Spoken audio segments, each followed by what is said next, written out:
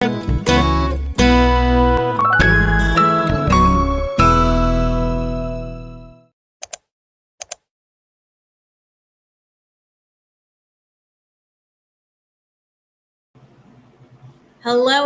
everyone, and welcome to this week's episode of Grow Wealthy Grooming. I am your host, Rulie, and I am the founder of The Savvy Groomer, where I teach you guys to go from being burnt out, broken to healthy, wealthy, and happy, building a grooming business on your terms. It is that time of the month again. Hey, Ruth, great to hear you live. We are here for the virtual happy hour. I don't have alcohol. Instead, your girl's got Red Bull. I am in the middle of doing the membership masterclass. Life's been a little crazy. I swear there has to be a full moon or a Mercury retrograde. Something's going on because it's been a little crazy. So what I'm here for is to answer your questions for the next hour and figure out what you guys need from me. I'm so happy and so blessed to kind of give you guys this little mini group coaching and let you guys ask those questions that you really need. So thank you, Tiffany. I had Tiffany pull a few questions that some of you guys had posted in other parts of Savvy Pet Professionals. That way we can get rocking and rolling. But like I said, if you are here and you have a question, I'm here to answer them. So the first question that was asked by a student in Savvy Pet Professionals was, what do I do if I don't want to schedule a client anymore? Hey, Christy, great to see you live. Trisha, Christina, oh, thank you so much. She's been binging my videos. Thank you. I'm so glad. So this is a great question. What do you do if you don't want to schedule a client anymore? So first thing I always ask when you guys say these things is this a client that you don't want to schedule anymore because of the dog or because of the owner, right? Sometimes we don't want to schedule clients anymore because let's be fair here, right? It's either we have set unrealistic expectations with the client or we have not set up healthy boundaries. And so the first thing I'm going to ask is, can this relationship be salvaged? So a good example is, I'm going to see if I can just move this way. I like this. I'm trying to avoid my cat. My cat likes to sit in this corner of the carpet and just sit there and lick himself. It makes me crazy. So let's talk about it, right? So why don't you want to schedule the client anymore? So let's say, for instance, it's the client and we need to really consider if what we're doing with our policies and procedures is the right thing to do. So it might be a matter of saying to the client, hey, it's my fault. I didn't realize that I could, I had set the wrong intention, or you just didn't realize this isn't the way my business is run. I see this happen a lot with people that run behind. So sometimes you guys will say something like, oh, this client's so disrespectful. They're always late, right? Let's use that example. This client's always late. So I might say, okay, well, what is your policy for people that are late? And how are you enforcing that and explaining to the client that they can't be late, right? So I might say to someone, hey, I noticed that sometimes you're a little bit late for your appointment. Our policy is XYZ 1, 2, 3. And while I have been really lenient in the past, I just really can't any longer. Right. And you can take full ownership of it because sometimes they don't realize it's a big deal, especially because a lot of times, guys, let's be real here. The client will come in, they're 15, 20 minutes late, and some of us are people pleasers. So instead of being like, actually, it really wasn't okay that you're late. Instead, we're like, no problem. I understand. No big deal. Right? Don't worry about it. So try to set up those policies and procedures and actually enforce them. Now, if it's the dog, is the dog not something you enjoy grooming? Is the dog not on a 4-week schedule? What's going on there, right? And again, it could be a breed you don't like to do. I don't love grooming terriers. I like hand stripping, but I don't like grooming dogs in patterns, and I don't really like grooming terriers. I just don't find the patterns fun. So it might just be, this is no longer the right fit, and that's where you might just say to them, hey, this isn't really a service I'm offering anymore, and I don't have any recommendations, but I do know a bunch of other groomers in the area, and this is where I would love to send you to them. And you might just say to them, it's just not a good fit anymore. I actually have a great video. And, Tiffany, I know you're here helping me out, and I really appreciate it, girl. If you could help me find on YouTube, I actually have a video called How to Fire a Client Without Burning Bridges. That's a great video where I can send that to you on my YouTube. And I think actually we might have it on the blog as well. If you want to check that out, or at least make a note for me later, Tiffany, to look that up. All right, if you come into Sam my lap, he's going to make a mess. It's going to happen. All right, so next I have Ruth. Ruth is saying, thank you for giving me the tools to know how to make things how to take things so personal. Can you give more about how we can mentally be healthy, strong to clients that decided to leave? Well, first things right, ask yourself, why did they leave? And do I really believe it's they left because of me, or is it just the fact that we're not compatible? Just like being in a relationship sometimes, and again, as someone who's been single a long time, I think I have a lot of insight. Like there's some times where I'm on a date and I think things are going really, really well, and the guy never calls me again. And it wasn't anything personal, right? It's not that I wasn't pretty enough or I wasn't smart enough or I wasn't this. It just didn't work out. And instead of freaking out and wondering why he didn't want to ask me out again or why did he ghost me, it's really, you have to kind of let it go a little bit.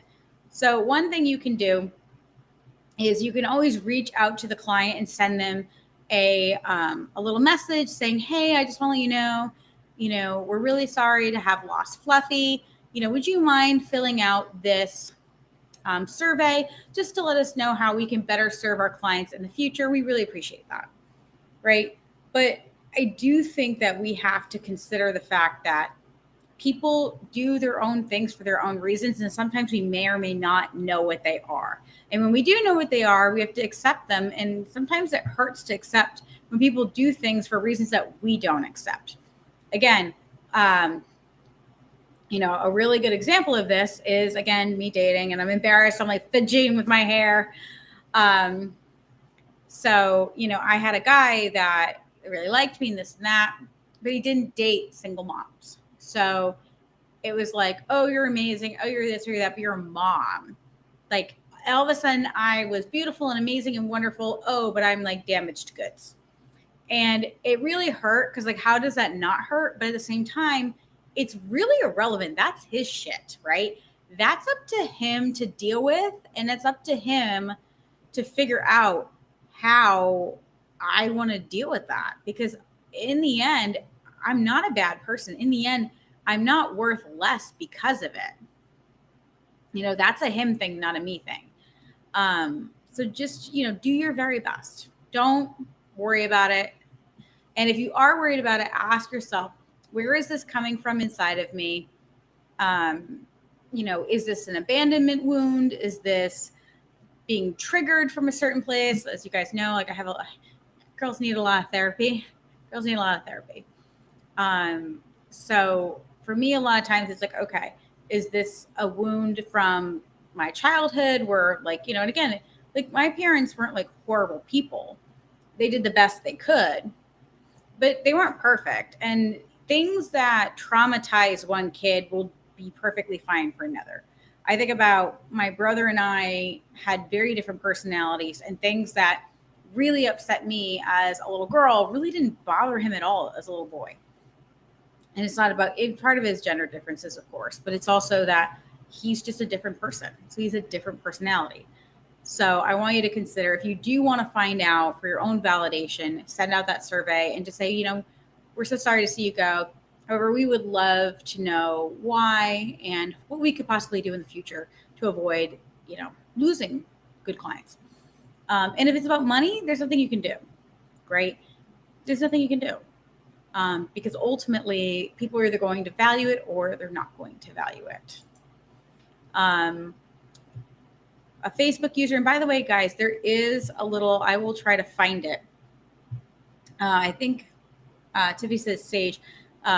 Tiffany, if you don't mind, can you post that little link that if anyone, you just click on the link that's going to pop up in the chat, and it's going to allow you to have your name seen. So I'd love to hear guidance on replying to negative review, specifically about price increases. as we know our responses will be for all other potential clients that see it, not the person who actually left the review. So in group mentoring today, we actually talked about what I call, mental terrorists, like an emotional manipulation that clients like to do. And it's really unfortunate. And a lot of it is they know that you're vulnerable. They know by posting these things, like what an adult does is an adult says, hey, I'm not really happy, blah, blah, blah. What an adult doesn't do is go post on social media for everyone else to see. Like, that's not fair. That's not kind. Like, that's not very nice. So when people do this, you want to think to yourself, okay, I'm not really replying to this person. What I'm doing is I am talking to the person that is my soulmate client, and I'm going to be able to basically teach and convince them why I'm still a good person. So, and again, it depends on your brand voice. And I know you guys are bored hearing that, right? But what is your brand voice? So River Lee, the Savvy Groomer, and when I owned Rhode Island Local Grooming, cat grooming rather. Come here. Sorry. He has not decided to make up his. I'm just going to kill him. It's fine. He likes to put his tail right into the microphone. Listen, little man. You can be anywhere but here. No. Excuse you. I'm busy. I'm on the show. Kids and cats and dogs. So think about it. And again, this is kind of spicy, saucy. But one thing I would say is just, we're so sorry that we were not within your budget. We understand not everyone can afford our services. We do have an exclusive grooming salon where we can only cater to, I love the phrase, and it is kind of saucy. We can't groom them all, only the lucky ones. I really love that saying, and it's just the truth, right? And it depends on how you want to attack it. You can be very simple and plain and just say, we're so sorry to lose a client like you. As you know, we always put the dogs first. And because of that, we had to raise prices accordingly. That way we keep up the same level of care and service that we that we pride ourselves on. Right. And I'm riffing here. This is live. I'm doing the best I can. But that's a really great way of doing it because, again, you're setting that boundary. You're saying, listen, I'm not willing to lower my standards because you don't want to pay for it. And that, again, is going to be really important for you, especially like Sage. I do know what's going on in your grooming salon versus some other people. I may not know everything going on. And, Sage has had to make a lot of changes and a lot of large changes. But a lot of it was that she didn't increase her prices, right? There isn't a bunch of other things that. So here you guys go. If you guys need to add yourself, it's chat.restream.io.facebook, and that'll allow you so that I can see your lovely names and all of that. But yeah, I mean, that's the main thing is like, imagine that you are this person and you see a price. If someone's worried about prices, and I think that's the thing, if the only negative thing they had to say about you is your prices, that's a win to me. That's a win, and you can point that out. And again, come from a place of compassion and imagine you are basically answering this to talk to your soulmate client. So, I definitely have people that will post things about, the Savvy Groomer and say, I'm greedy, which I'll take at this point, that I just want to take people's money, that I'm kicking people when they're down. And it's funny because let's say if someone said that about me, but if they said like, oh, River just cares about money. And I would say to them, listen, I need to make enough money so that I can help more people. And guess what? That does mean that things that I spend hundreds of hours on need to be compensated for. And if you're not willing to invest in yourself, that's fine. I have lots of free shit, right? And on the flip side, for your grooming salon, they can go to Petco. They can go somewhere else. Like no one, and again, here I am. I'm always going to sound like an asshole, right? I'm like, you don't accidentally get pregnant with a Shih Tzu. You went out and you bought a dog that requires regular grooming. And then you're wondering why you can afford it. And if you want this one specific person, well, then you have to pay their price. And that's not easy sometimes. And sometimes people get a good deal, and instead of being like, oh, thank you for giving me a good deal for all these years, right? They're going to get mad. And generally, it's something else going on in their life. I use the example of the lady who flipped out. She had missed her appointment and she showed up on Christmas Eve day. And Ronan was really little. It was the first Christmas Eve day I had ever taken off. And I really was excited. And we closed from Christmas Eve day to the 2nd of January. And I just shut my phone off. You know, we had the voice, answering machine. And this lady left the nastiest voicemail to my shop. And she said she was going to ruin my business and she was going to do this and she was going to do that. And I'm hysterical, absolutely hysterical, because, my baby is little, like I'm trying to run a business. Like I just wanted to take Christmas off to spend it with my child. And this lady, like said, I ruined her Christmas and she's going to tell everyone how terrible I am. She posts on Yelp. She posts on all these places that I'm a terrible person and I ruined her Christmas and da da da da. Right. And it didn't work. She didn't ruin my business. She just gave me a lot of anxiety and was really mean to me, unfortunately. But it was really interesting because like a year later, she ended up calling me and trying to book an appointment. And I'm like, no, you had posted all these nasty things about me and you were really mean to me. And it turns out her dad had just died. And, I remember that because it was one of those things that, she wasn't mad at me. She was mad at what was going on, but she was punching down. And a lot of people do that. And that's where we call them like Karens and stuff. But a lot of people do feel powerless and they see groomers as a really easy target because we are really empathetic, right? We're very empathetic people. And there's this stigma where they feel like we should just be willing to take it. So, I mean, it's no different than I've seen unfortunately, with vet offices where they are getting, being yelled at for like being greedy and taking advantage of people because their dog is dying and they're sad. So just talk to that soulmate client, Sage, and mention to them, hey, not, obviously the person you're replying to is your soulmate client. Obviously not. But imagine you're speaking to that, say, hey, I'm really sorry to see that you had to leave over your budget. We're definitely not in the budget for everyone. We put all of our time and attention into a small number of pets. And because of that, we are more expensive, and just add those things. And remember, a negative review is a great opportunity because most people don't look at the good reviews, unfortunately. They look at the bad reviews, and they look at why, why this is, right? So I hope that helps. And anyone who is, feel free, guys, if you have, we're using a company called Restream. So if you want me to be able to know who you are, loves, go ahead and hit chat.restream.io-fb, point FB rather, not dash. And I'll be able to see it because I do see a user. I'd love to say hi to you, but I don't know who you are. Hi, whoever you are. It's lovely to see you. All right, so Tiffany got another question from one of you guys. She said, how do I handle the clients who feel like I can't get the preference correct? Oh, this was a great post in actually Savvy Pet Professionals. So this was a great quote. So I often talk about how I really want you guys to have a recipe book because I think too often we're basically creating these custom looks for all these dogs. And that worked great until things like Instagram and honestly, like the doodle breed, like nothing against doodles, but you've got different coat types, different textures, and they like show you a picture and you're like, yeah, that's not going to work. So by you having recipes, like a menu, right? And I would have a small set of menu, right? When you go to a good restaurant, they have a set menu and it's a small menu because they do those really well. You want to teach what you do for a haircut to your employees.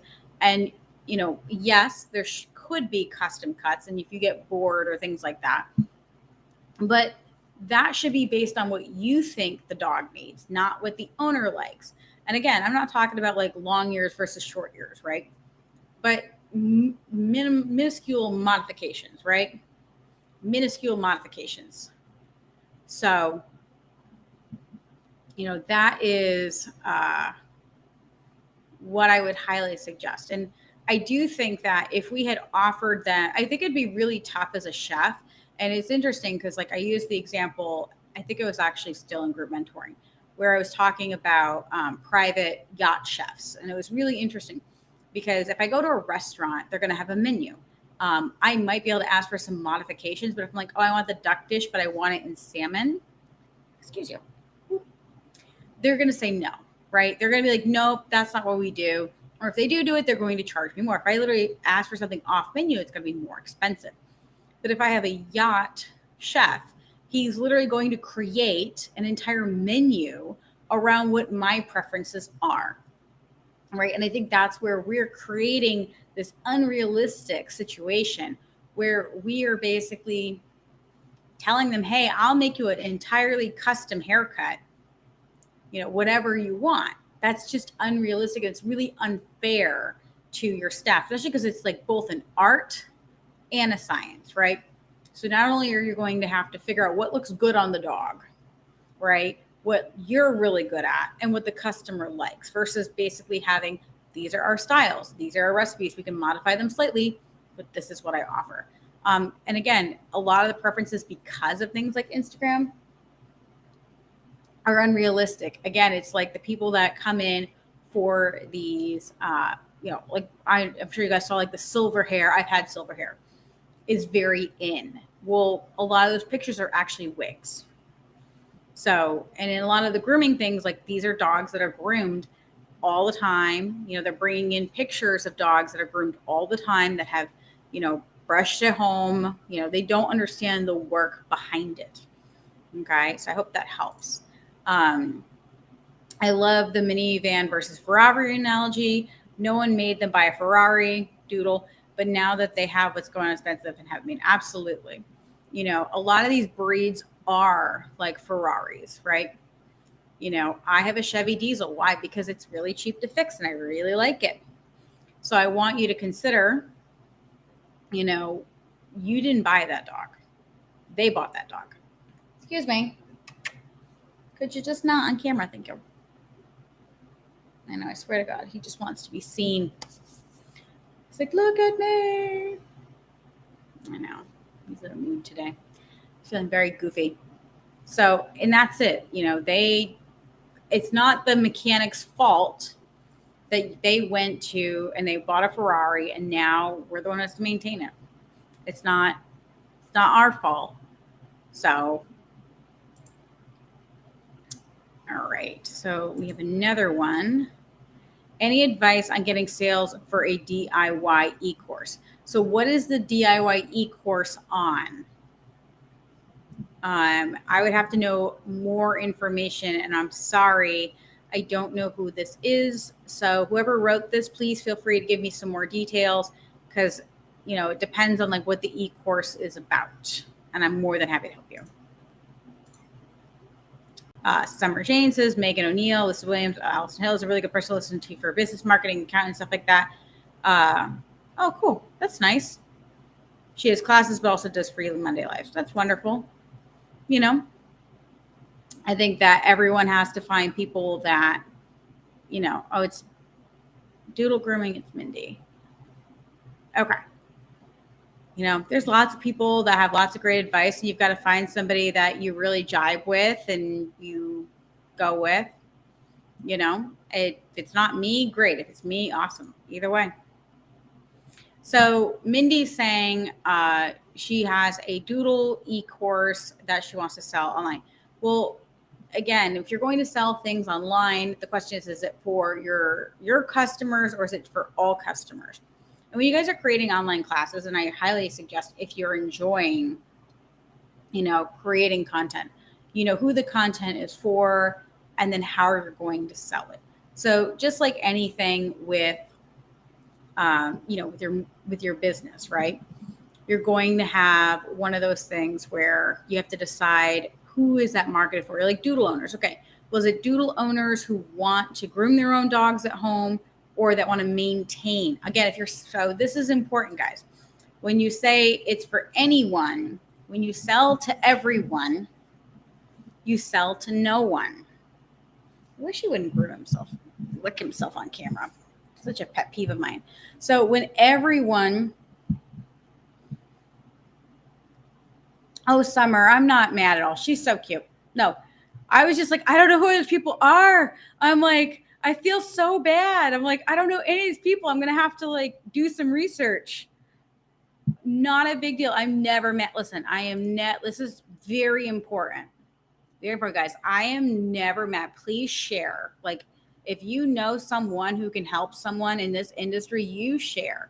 I don't let people share in like Savvy Pet Professional on my group other paid for things just because I want to make sure if it's shared in my group that it's somebody that I trust and know. Like, there's some people in this industry who I don't agree with and I think can be a little damaging, but I always want you guys to feel very safe. I want you to feel very safe to share and communicate. We're a community. We're never that. But it was so funny because I'm like, I don't know any of those people. I'm like, that's so funny. It's so funny. I'm like, I don't know any of these people. I felt so guilty. I'm like, man, I really was hoping, because that happens too. Listen, next year I'll be going to lots of trade shows and I need to know who's speaking in what part of in the industry. But it's normally I've heard of people in the industry. So when I have it, I'm like, oh, I don't know who these people are. And I'm going to have to Google it later. So don't ever, guys, feel like that you can't. So Mindy's talking about that she has created a DIY e-course where she is going to teach doodle owners how to groom and maintain their dogs. So when you are creating e-courses, you have to have a very specific market, right? And she does. She wants doodle owners. And so she wants a doodle owner who is going to groom and maintain their own dog. That's wonderful. So generally speaking, when you guys are creating an e-course, you want to have what's called either a lead magnet or a funnel or both. So a lead magnet is kind of like this, guys. This is for you to get to know me because you need to know, like, and trust me before you buy my shit, right? You have to like who I am in order to buy my stuff. And honestly, I don't want you to buy my stuff if you don't like how I teach. So this is the first thing, right? Is the first thing you say, okay, how am I going to let people get to know my audience? And this is the same thing if you're a groomer. This is why things like regular social media posts or doing little snippets of lives or showing your personality is really going to help, and that might be, short little videos, Mindy, of, 3 tips on grooming your doodle, or get the doodle grooming checklist, right? We have a checklist of all the tools you suggest to buy, or something small like that, or, a quiz where it's like, tell me, how to tell what kind of coat your doodle has, or, you could have like a little length chart where it says, how long do I want my doodle and how often should I brush it? So having something that's going to help them. Another thing you could do is called a webinar, where you basically do a small mini training and it leads them to buy your course. And that's what I did with membership model. But it has to be of good value. It has to actually help them. I don't love webinars that when you're doing them, or workshops that when you're doing them, it's just there to sell you shit. I hate that. It makes me crazy. So for me, it's like, okay, for membership masterclass, right? We had you guys see, okay, is a membership for me? That adds a lot of value for you guys. Do you want to know if a membership is for you or not? Right? That's really important. If you want to, if you take that workshop and you're like, no, actually, this doesn't fit my lifestyle, I don't want a membership, then I've added value to you. You've learned something and it didn't work for you, right? And so maybe it's a webinar where you're talking, Mindy, about, should I groom my doodle at home or should I go to a groomer? And that would be a great way to do that. And so when they get there, you might want to go, okay, when they get there, then where do they go? Because they have to know, like, and trust you. If they're not already your customers and they're random people, you have to make sure that they like you and you like them. So there's lots of different ways of doing that. And I think it's a great idea. I think that we need more groomers making courses, but it's They want to get a taste of how you teach. And I think that's one thing that I really focus on with my free stuff. It's like, hey, I'm going to give you all this awesome free stuff. And ultimately, right, you want to make sure that they are your audience. All right, so let's see our next question from Summer Jane. What are your thoughts on raising prices or having much higher prices compared to others around you? In a small little town that have 2-3 others in a 10-minute radius, and their prices are half of what mine are. And I get a lot of pushback from it. And let me see if I can read it.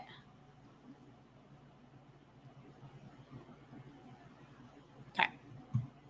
Sorry, let me pull that up. I need my glasses. I like when it's big on the screen. 10-minute radius, and their prices are half of what mine are. And I get a little pushback from it and loss of clientele. One is a new groomer. One runs a grooming daycare. One works from a garage at home. And I work alone in a storefront salon. People don't want to hear the overhead speech, nor do they understand. So this is a great conversation. So first things first, I will always say the price increase masterclass pays for itself. Anyone here that has taken it will tell you it is worthwhile taking, because we do figure out exactly what prices need to be, yada, yada, yada. I actually would, if my options were to be middle of the road or the most expensive, I would rather be the most expensive. And in the price increase masterclass, and if you haven't already, check out my YouTube. We have tons of videos on pricing. One thing you have to remember is that often we are selling us in the wrong way. It's not really appropriate. And I know why we do it, right? Because it's true, right? It's true. Like, why is this expensive? Because there's overhead, right? That is the truth. But we need to be selling it in a way that actually speaks to them, right?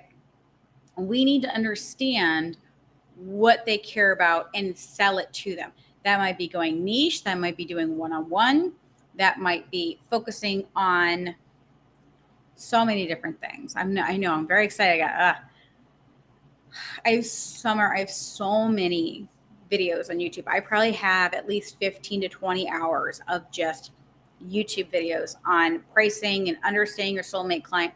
And I will say this is that people don't pick you because of their price. I used to have people when they would call at my shop and they would say to me, how much is a Shih Tzu? And I would be like, no customers ever picked us because of our price. Do you want to know why people pick us? And depending upon your brand voice, yours might be different than how I said it.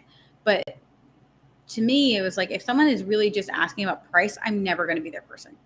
And if a client is leaving over price, ask yourself, were they your soulmate? Were they your ideal client or your fling? That's really important because, again, we talked about dating. You guys hear my boring dating analogies, right? If a guy, goes on a date with me, I went on a great date recently. And what ended up happening is like, I am just too bougie for him. He sees himself as very humble and simple and this and that. And I'm not. I like to enjoy my life. I like to have nice things. And I'm not going to apologize for that. And it doesn't matter how pretty or smart or whatever I am.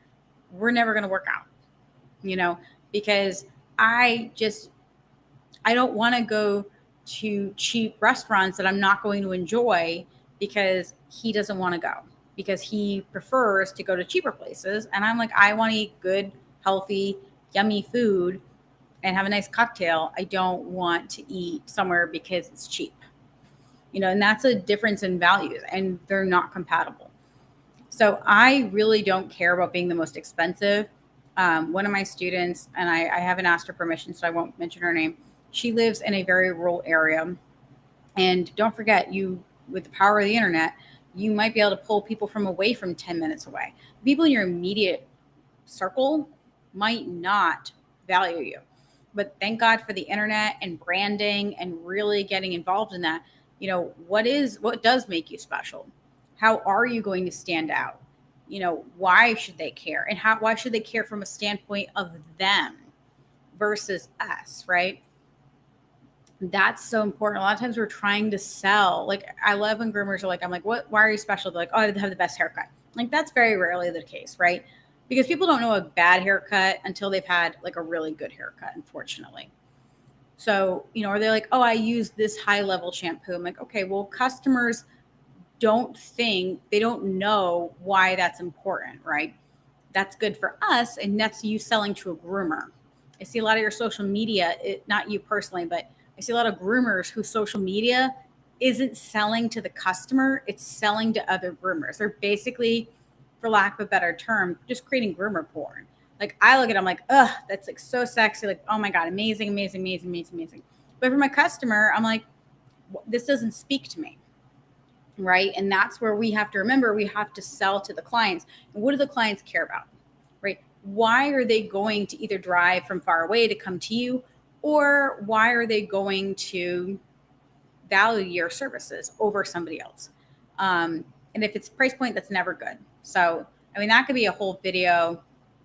And I don't know if you're interested, but if you haven't already, the business workshop library, it's $200 a year. Get access to all of them. We have, identify and attract soulmate clients. Those are really good to really get down to the nitty gritty of that. So much good information. I have tons of free shit on YouTube. Like, it's absolutely incredible. Okay, so next one. Tiffany, thank you. So Jamie said, I love accessories as finishing touches on the dogs. I always put a basic bow or bandana, but I'd like to have some higher quality stuff for upsell.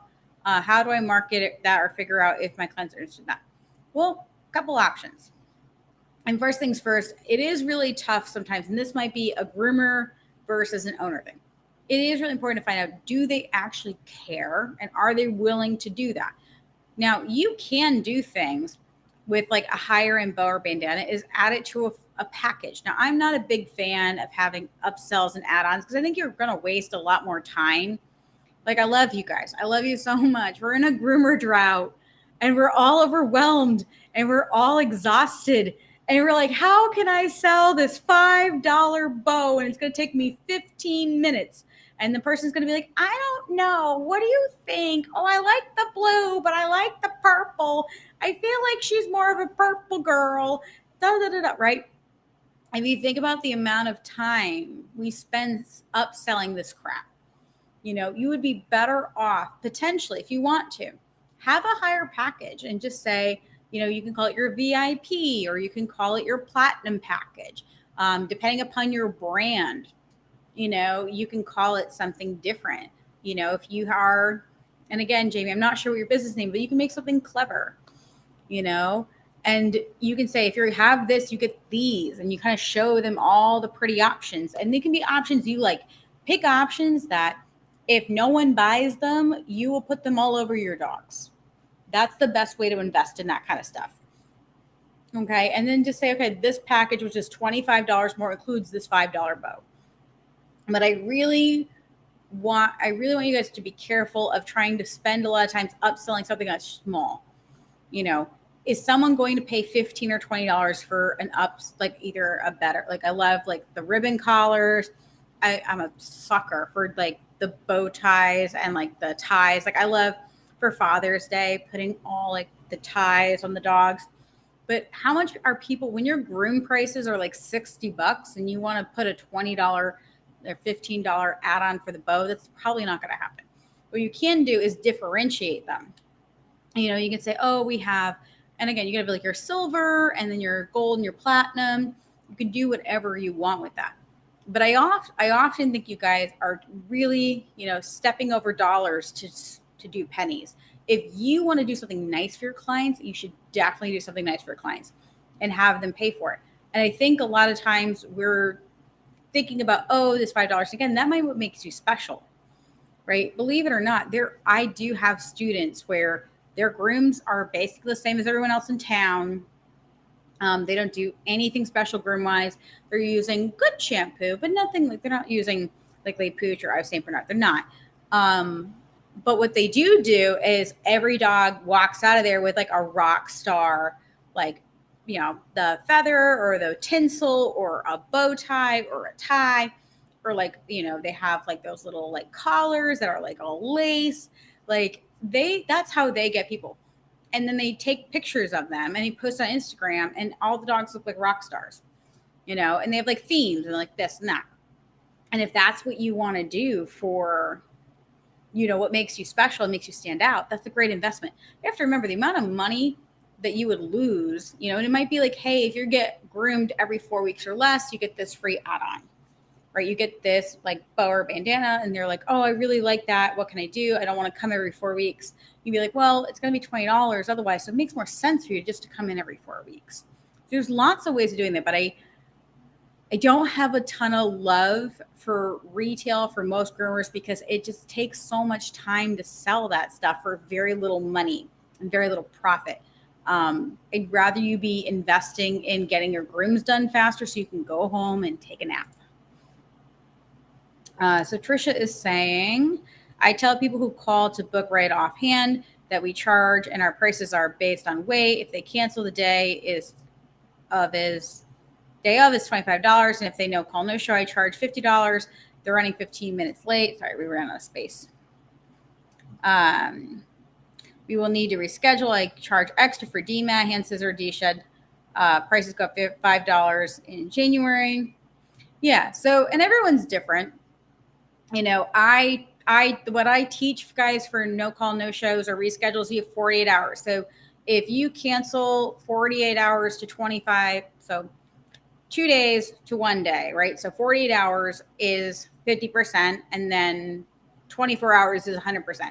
So if you cancel the day before, you owe me the entire groom, because realistically, I'm not going to fill that spot. I teach to price based on points and not weight, because I could have 3 dogs of the same weight with different haircut textures and coat types and temperaments. And, I use in my pricing and points workshop, you guys hear me talk about the 3 Yorkies. I can have 3 Yorkies, and one's a little, psychopath who's like spinning around and being crazy but tiny. And then the other one is just kind of like fat and like a tick and old and lazy. And I have like a regular Yorkie, and they're all like 10 pounds, right? Well, if they're all the same weight and they all have different temperaments, then that's where we do the point system. And that also saves my groomer from going crazy, because if she's a 10-point groomer and this little psycho teacup puppy who's spinning around, right? If he is, let's say, 4 to 6 points, she's not going to have to groom an entire day's worth of dogs. She's already groomed at least 2 or 3 dogs worth of dogs, because that's the amount of energy he takes. And everyone should be going up in prices. It's very unfortunate, but there definitely was, unfortunately, for better or worse, guys, we had 7% inflation. And most of you guys, like, it's been $45 for Shih Tzus for like 40 years. We're not keeping up with inflation. If you were charging, and I always look up, the inflation rate. I don't have it right in front of me, but it is really important that we are making sure that we are going up with inflation and the price of housing. Sometimes $5 isn't going to cut it. I would say the average person who takes my price increase masterclass is raising their prices 20 to 30%, which is about right. And those of you guys who are in areas that has seen massive growth, if your rent has gone up by 25 or 50%, if your local housing market 2 years ago, I see a lot of these places where groomers are only going up maybe a little bit, right? They'll be like, oh yeah, like I'm going up. I had one student like, I'm going up $10. And I'm like, okay, so how much has the local housing market gone up? And she's like, I don't know. I'm like, go look at Zillow.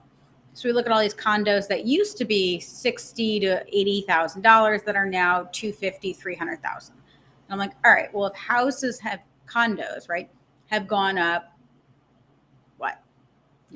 400%, then why aren't you going up even 50 to 100%, right? I mean, that's just the reality. So I know it's unfortunate, but it's true. I'm not sure who it is, but I really appreciate it. Whoever wrote this, the Price Increase Masterclass is phenomenal, worth every penny, and then some. My only regret is I didn't take it. Oh, it's very sweet. Didn't take it sooner. I can't remember up to other groomers. Thank you. I don't know who that is, but thank you so much, because, I'm really proud of it. It's something that it took a lot for me. It's so funny. You're like, how much should I charge? I'm like, listen, I created a 6-hour class. If I could have done it faster, I would have. It's a lot of work. It's a lot of work to figure out how much you should charge. It's not easy. All right, we had a student. Thank you, Tiffany, for posting it. How should I market a niche service? So it depends on what that niche service is. If that is cat exclusivity, if that is Asian fusion, if that's hand stripping, there's going to be different ways that you market it. The main thing is that you create your brand and your marketing, so your social media, your website, around speaking to that soulmate client. So as somebody, I'll use the example of cat exclusivity, because that's what I had. I had a business that was cat exclusive, and I filled up, guys. I went mobile, feline exclusive, and my goal was to have 100 monthly clients, and I was charging $100 to $200 for bath and blow dries and comb cuts. And my goal was to have 100 monthly clients, and I filled up in 6 months. And it's because I would speak to those people that were looking for me. I was looking for the people that wanted a cat exclusive groomer. So what did I say? On my van, I said, I named my name something boring but easily Googleable, Rhode Island cat grooming. And then what did I do? And then on my van, I said no barking dogs, no car rides, and then certified feline master groomer, because that's a pain point. Pain point one, cat owners don't want their cats around dogs, especially if they're very precious to them. I have a very dumb, adorable cat, and he has no self-preservation. He would definitely get eaten by a dog if he was ever presented with a problem. If he got loose, he would definitely he wouldn't survive. And so things like barking dogs and scaring him, he does like dogs, but being in a groomer's with lots of barking dogs, that's not going to be good for him. And my cat's really good, thankfully, in a carrier and going for long car rides, but not everyone's cat is. So again, I'm speaking to the pain point, right? I'm speaking to that owner thinking like, okay, so they're not going to be around barking dogs. That's really nice. And oh, yeah, I'm not going to have to put him in the car, right? That's really nice. They're going to come right to my door, and this person is an expert, And so when you speak to that person, they're going to be like, wow, this is exactly who I was looking for, right? And so ask yourself, whatever service that you're doing, whether that is coloring or, creative, whether that is Asian fusion, hand stripping, cat exclusive, ask yourself, why does that person desire that? And stay away from things like vanity. If it is like they want me because I have the best haircut, and even creative, you can use that without it being focused on vanity. You can have someone who wants their pet to feel creative and expressive, and be able to, stand out and have their pet really, be able to be seen for the dog they are. I see a lot of people now with like pit bulls and doing these really cute creative, because they want the dog to be more approachable. So if I was like, what I really want to do is creative with short hair dogs, then that's how I would market that. I'd be like, making your dog more approachable, and having videos of like, a dog having little tiger stripes and being like getting belly rubs and like, oh, like, look at how wonderful this is. If I wanted to do only D-sheds, if I was like, no, I really want to just do baths and D-sheds, that's my jam. I would mention like, are you tired of dealing with dust bunnies? Are you tired of, being that person going to work and having dog hair all over you? Wouldn't it be awesome to do this, right? You got to hit those pain points, and in a genuine way. We're not lying to them. They are shit that's real. Like, it really is like that, right? You're not lying to them. Like, it's not like one of those infomercials where like someone knocks something over. It's like, oh no, don't you hate how like pasta, like, and it's like all this great. No, it's not like that. But it's like, hey, this is a real concern you have, and this is how I fix it. And, and again, while also making that person the hero of that story, right? So like with the pit bull and wanting to be more friendly and wanting the dog to be more approachable, it would be like, you get to be, a breed advocate and make your dog a good ambassador for his breed. And you get to do this, right? And it's not us making that happen. It's us being a part of that other person's journey. So Don is saying, what do you think is the best credit card machine, Square? I currently have a machine from my bank. I'm sick of the charges. Plus, do you think gratuity should be allowed on credit cards? So this is a very complicated thing. Credit cards suck, man.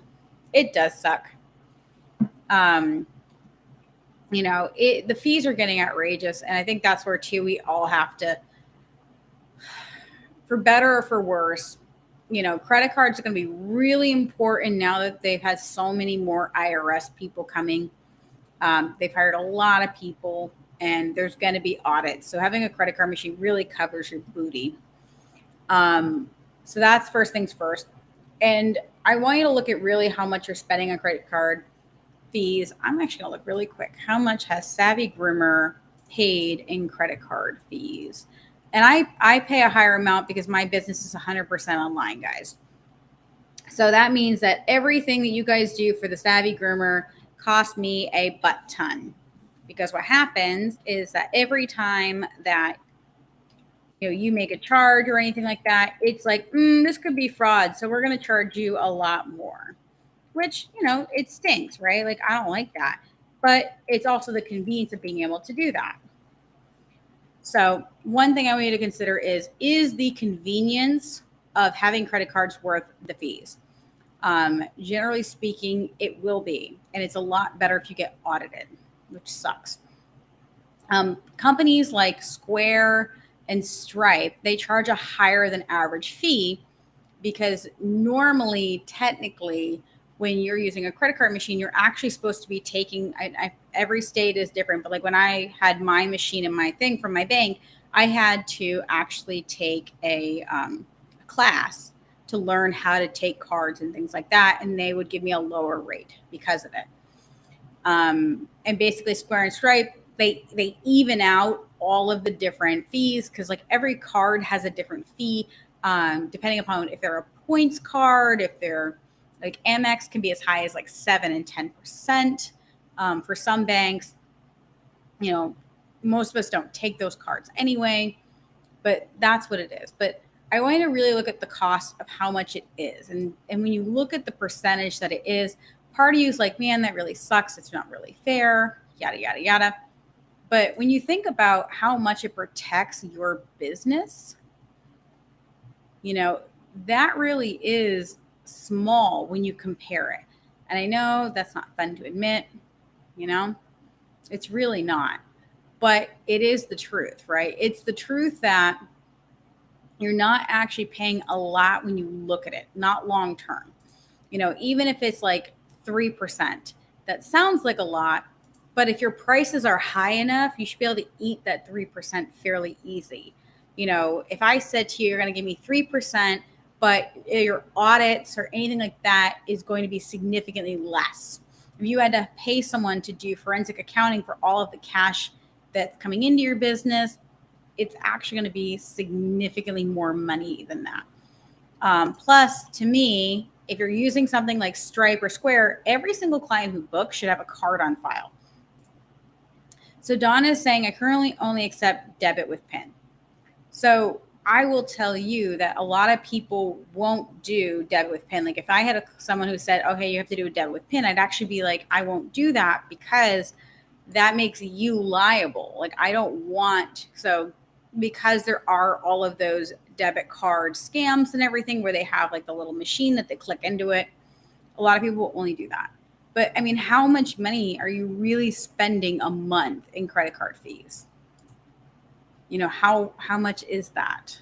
And how much money would you save doing cash? And that's where, again, having, the whole point to me of taking credit cards is that way I can have a credit card on file. That way, if someone cancels, no shows, etc., I can collect that groom. So if I have a card on file, for instance, and again, I have a 48-hour, 50%, 24-hour, 100%. That'll pay for itself very quickly. Or the security of it, again, pays for that. And I think that's really important. And some of you guys are like, oh, I don't have that problem, or oh no, my clients never no call, no show, but you could also raise your prices probably 5 to 7% to cover that. it's very rare that it's kind of like with the gas price. I know no one likes to hear this, but a lot of people were saying like, oh, the gas went so high. But when we actually broke it down in one of my Grow Wealthy groomings, it really wasn't a ton of money that we had to pay. When you really broke it down, like if we only went up, where's my phone? So again, I'm going to do this really quick. So let's say gas went up $3 a gallon, right? And it's going to be, and you fill up your tank. Let's say you've got 40-gallon tank, and let's say you fill it 3 times a month, right? So 40 times 3, say 120 gallon. Yeah, 40 gallons. So you're filling up 3 times $3 extra. So that's only $360. Now, if you're not pricing accordingly and pricing appropriately, $360 is a lot of money. When you are in a place of abundance and you're making a lot of money, which groomers, it's not unreasonable for solopreneurs to make 6 figures grooming, and that's where budgeting comes in. But again, a lot of us are stepping over dollars to get to pennies. That's important for you to hear, because again, how much are the credit cards and how much do they protect you? And so tips on credit cards. I think that it depends on, if you're a solopreneur, that's fine. Now with all of the options that we have for our staff, I don't think there's a reason that you should do tips on credit cards. It's one thing if you have a membership and it's a set fee and all of that. But again, it's also like, again, you can give them your groomer's Venmo. You could say you can give them cash. You can give them a check, right? But that's totally up to you. I will say that when your payroll everyone is under 30%, so that is your bather, receptionist, groomers, or even just your groomers, you've got more meat on the bone and you're not worried about these little things, right? And I will say that a lot of people are unfortunately cutting out a lot of potential income because they're worried about things like credit card fees. I see a lot of people leaving a lot of money on the table by only taking cash. I want you to think about how many people would spend more money. So psychologically, guys, either doing your debit or because when you do the PIN, the money has to come out immediately. There's no drag time. So if I use my debit card as a credit card, I have normally a day, but if I use it as a PIN debit, it must automatically come out. So that still hits the pain center, So when you hand someone cash or you use your debit because you immediately have to go look at your balance, you see your balance go down, it actually hits the pain centers of the brain. However, it does not do that when you do a credit card. When you swipe a credit card, you don't have any pain receptors. So again, that's where I think a lot of times we're so worried about it. But for the most part, we're not losing a ton of money. Again, so let's say it's on the high end. Let's say it's 3%, right? So let's say you do $100,000 a year, right? Let's do 0.3%. So if you did $100,000 in sales, you'll pay 3% to credit cards, which is tax deductible. Okay. $3,000 to earn $100,000 and protect your business from an audit and protect your business from people no call, no showing. That's not a bad deal. About gratuity, I agree with you about gratuity because I get charged on that credit card. Again, if you are worried about, again, I think sometimes we hyper focus on things that are so small, because how much money are you really losing? And why do you care? And I think that's very important sometimes. It's kind of like when people are like, I want a cheaper shampoo. And it's like, instead of buying the $60 gallon, they're going to buy the $40 gallon. If that $20, if $200 or $300 a month is going to make or break your business, we've got to completely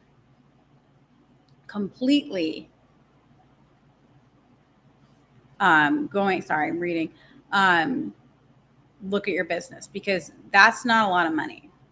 I spend $600 a month on Starbucks. And when you can charge, groomers should be charging ideally for Shih Tzus $60 to $100 in a shot per dog. Easy.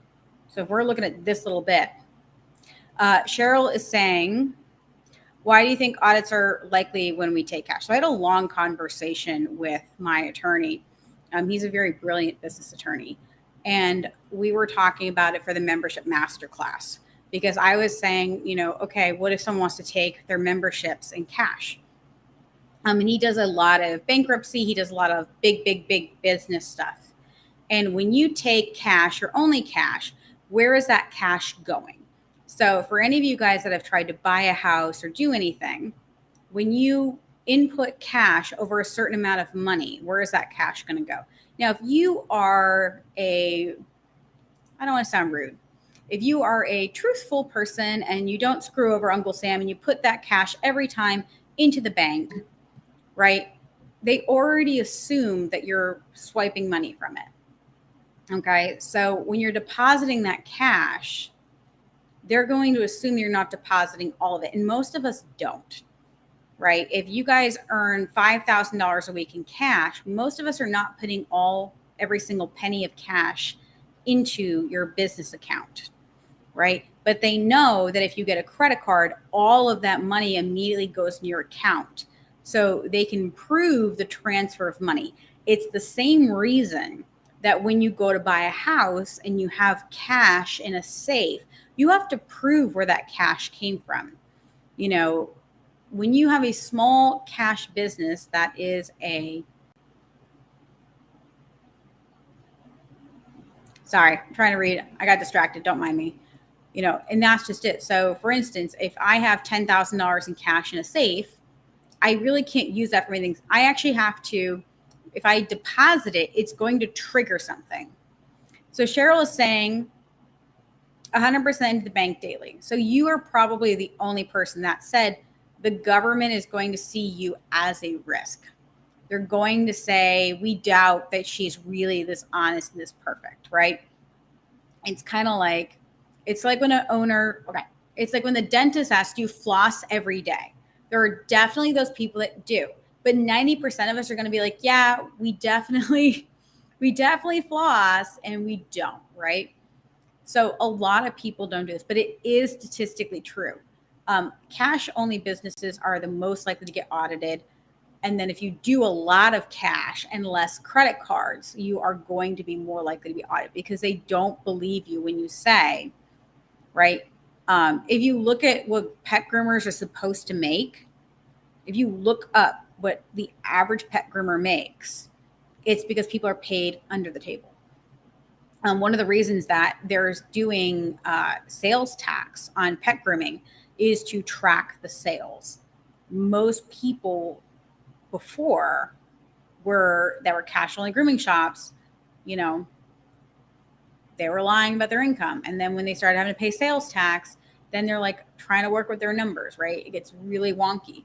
But, I'd be more than happy. I'm going to see if he would actually come on sometime and talk about why, and it's for very specific reasons. And I thought it was so interesting. It's the same reason that you're more likely to be audited if you have 1099 contractors versus W-2 employees, because 90% of people are not honest. And cash only businesses often are ways that people can launder money or they can hide money. And that's just an unfortunate truth. So one student said, what should I include in my FAQ? And I'm assuming this is an FAQ on a website. I think it depends on what your business is, right? I'd have to know more about like what your business is and like what it includes, so that actually might be a whole good Grow Wealthy Grooming. Tiffany, you want to write that down? I think that'd be actually really great, where we could like kind of section that and create that whole video. I'm going to answer one more question because we are at 8:00. Here we go. So Sage says, in an economy where people accept huge price increases for daily necessity, why do you think the public seems so reluctant to accept price increases for pet grooming? The same people who don't value pet grooming really pay $200 for a hair appointment for themselves. So again, I think a lot of this is kind of, but not really. Part of it is us as an industry. as an industry, we've allowed it, right? We've allowed people to not treat us as professionals, right? People, even though they'll bitch and whine and moan about the price of carpenters or plumbers or contractors, they trust that these tradespeople are worth their money, right? And I think groomers in general are way more willing to bend over backwards, or they're way more willing to take it on the chin. You know, a lot of us are willing to be told what to do and how to do it. And I think that's very unfortunate, because I think that a lot of people, and it's true, right? A lot of us do either act unprofessional and emotional when we're confronted with things like someone saying, oh, you know, that's too much money. Because if you call a hairdresser and they say, yeah, to get your hair blonde, it's going to be $200. And you go, oh my God, why so expensive? Da, da, da. They're going to be like, okay, don't book, click. Right. And having that willingness to just go say, cool, that's fine, go away, in a nice way, not quite that mean. But think about it, like how, as an industry, you know, I feel like we're either kind of doormats, or we are kind of this like weird, I don't know how to put it. So the pendulum swings. We go from like being a doormat, and then the pendulum swings, and then people are kind of angry. And so we have to kind of be in the middle. And if this is Sage, she's, you know, one of my students, and we actually did a great one-on-one call when she got the Price Increase Masterclass, and we talked about tactics on how to not engage. And it was really important. She had this really unfortunate man who was, you know, and she called him an East Coast attorney, which, you know, there's plenty of them. Trust me, they're pretty angry people. Not all of them, but especially if they're from like New York and they're attorneys, they like to argue, for better or worse. But, you know, and this person was like arguing with her and spinning her around. And a lot of it is that most of us either are not willing to stand up and say, yeah, nah, right? Even though we're overworked, even though we have a massive shortage of staff, right? I mean, because of supply and demand, we have to raise prices. We have to raise prices so we can pay other groomers, baby groomers. I know you guys don't like that, but I like it. We need to pay them a livable wage so they come into our industry so that they can take the burden off of us, right? We have to do that. If we don't do that, then you're really going to get burned out, and you're probably going to leave the industry. So I think a lot of it is us, unfortunately. And I don't blame us. I blame us as an industry when it comes to doodles. Like, why didn't we say, yeah, nah, like this little thing is like $60 to groom, and you got this giant horse of a dog. This thing's going to be $200, right? But we didn't. And I think a lot of it is groomers are artists or technicians that happen to own a business, and they're not business people. And I think, unfortunately, a lot of owners and pet owners, I should say, can smell that. They can smell that insecurity. They know that they can push us. They know they can do this. Again, if you have a gallon of milk, and it was funny because I do like Whole Foods, and they have like this really, there's like a little local dairy, and they've had to double the price of their milk. And I'm not a dairy person, but my son really likes this local dairy, and there's like, they have like an ice cream store, so we try to support them. When he wants milk, I will buy him dairy milk from there. It's not often. But it was like, it used to be like $4 a gallon, like a little like jug, glass jug. And you had to pay for the jug, because then you could trade out the jugs, all that jazz. But it's like $8 now. It's $8 for like, it's not even a full gallon of milk. It's like a jug. And I get it. Like, I'm looking at that. I'm like, yeah, it's a small family farm. They're trying to keep themselves afloat. Everything's gone up. It is what it is. You know, and I think that people that accept that are generally people that are open to that. And I think we have to say to ourselves, is the person that we have, is their pet important to them where they're willing to spend that money, right? And I know if this is Sage, that you and I had that conversation today where you did have somebody who said, I don't care what it costs. This is my baby, and I'll pay whatever it does. And I think part of it is us knowing we need to raise rates a lot because we need to fix the industry. I mean, you can't charge the same rate for basically the better part of 40 years and then be shocked when we have to double or quadruple the prices on certain things. I mean, it is what it is. I mean, imagine if car price, I mean, you're seeing this with houses, right? There are places in the country where a condo was worth 60 grand for like 30 years. It was basically the cost of just the materials. The labor was so cheap. The land was basically worth nothing. And then now the land's worth something. And now the labor has to go way up because those people can't buy $60,000 condos. Now they have to buy $300,000 condos. So what they used to be able to make and live a livable wage and have, be happy and easy, they can't do that anymore. I do think a lot of this is stuff that is just way overdue. It's way overdue. And so I don't think they have insight on that. I don't know if you've seen the Doodle Pro interview. We're actually going to be talking about that next Grow With You Grooming. I interviewed her to see her take on how after the podcast thing worked. And a lot of her students, she has only Doodle students, were really shocked. They didn't understand a lot about our industry. And I think we don't understand a lot about our industry. And it's a weird industry. We're interesting people. I like us, but we're interesting kind of people. So that's all I'm going to say about that. I think what's more important for us to, instead of being like, why don't they respect us, is to say to ourselves, how can I be respectable? And why the hell do I care what this rando thinks of me? Again, it's really hard. I'm going to use my boring, annoying dating analogy, so forgive me. I can sit here and say, why are all these people out here like living their crazy dating lives and like being indiscriminate and this and that? But you know what? They're doing what they need to do, and I want to do what I want to do, and we're not compatible. If I go out with a man and I'm like, I want marriage and I want kids and I want to meet the love of my life, and he just wants someone for tonight, it doesn't matter. It doesn't matter why he feels that that's acceptable, right? On the flip side, you can be like, why does she want so much? Why is she expecting so much? Like, that's unreasonable, right? A lot of these people are like, why are pet groomers so entitled? Why are pet groomers da da da? It doesn't matter. No matter what, we're incompatible. And what's going to happen to those people that say, I don't want to pay a lot of money for pet grooming, is they're going to go to the Petco's, the PetSmarts. They're going to go to the places that are cheap, and then they're going to burn those groomers out. And then either their staff's going to leave and come to us who have higher rates, and we take less aggressive dogs, or everyone's on a 4-week schedule, and it's easy and it's simple and it's great. And I think that's going to be the shift, is there's going to be a more and more and more of a divide.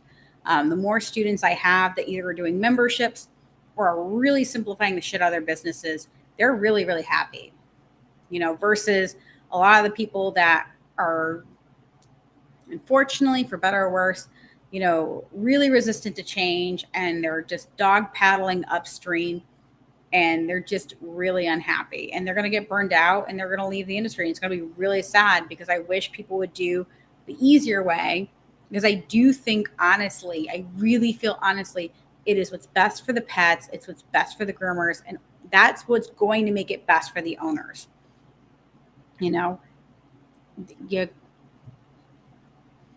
just think that we have to accept that. If, dogs are the new children and cats are the new children, we know kids are expensive, right? Well, pets are expensive, and I don't have any interest in being the groomer of somebody who doesn't see their pet as a family member, who doesn't see their pet as something to invest their money and their time into.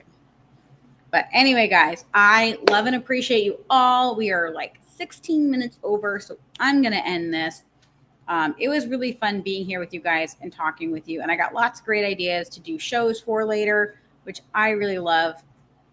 I really, really appreciate you all being here live. This always makes it way more fun. I don't know if you guys know, it's so much fun to have you guys here live. I really appreciate you. I'm actually going to go crawl in bed because I'm tired. I've had a long Monday. But it was a good Monday. Good time. All right, guys, if you haven't already, please join my free Facebook group, Savvy Pet Professionals. There you can hang out with other like-minded groomers, hang out. My YouTube channel for Savvy Groomer, so youtube.com/Savvy Groomer. I literally have hundreds of hours of free content, like hundreds and hundreds and hundreds of hours of free stuff for you guys to check out. Like the Savvy Groomer Facebook page, that helps me out. Feel free to share stuff, guys. Like, I really just want to help groomers. That's my heart. The more people that we help, the better we're going to be. I will see you guys, be able to, hopefully help other people. All right, guys, take it easy. And as always, happy grooming.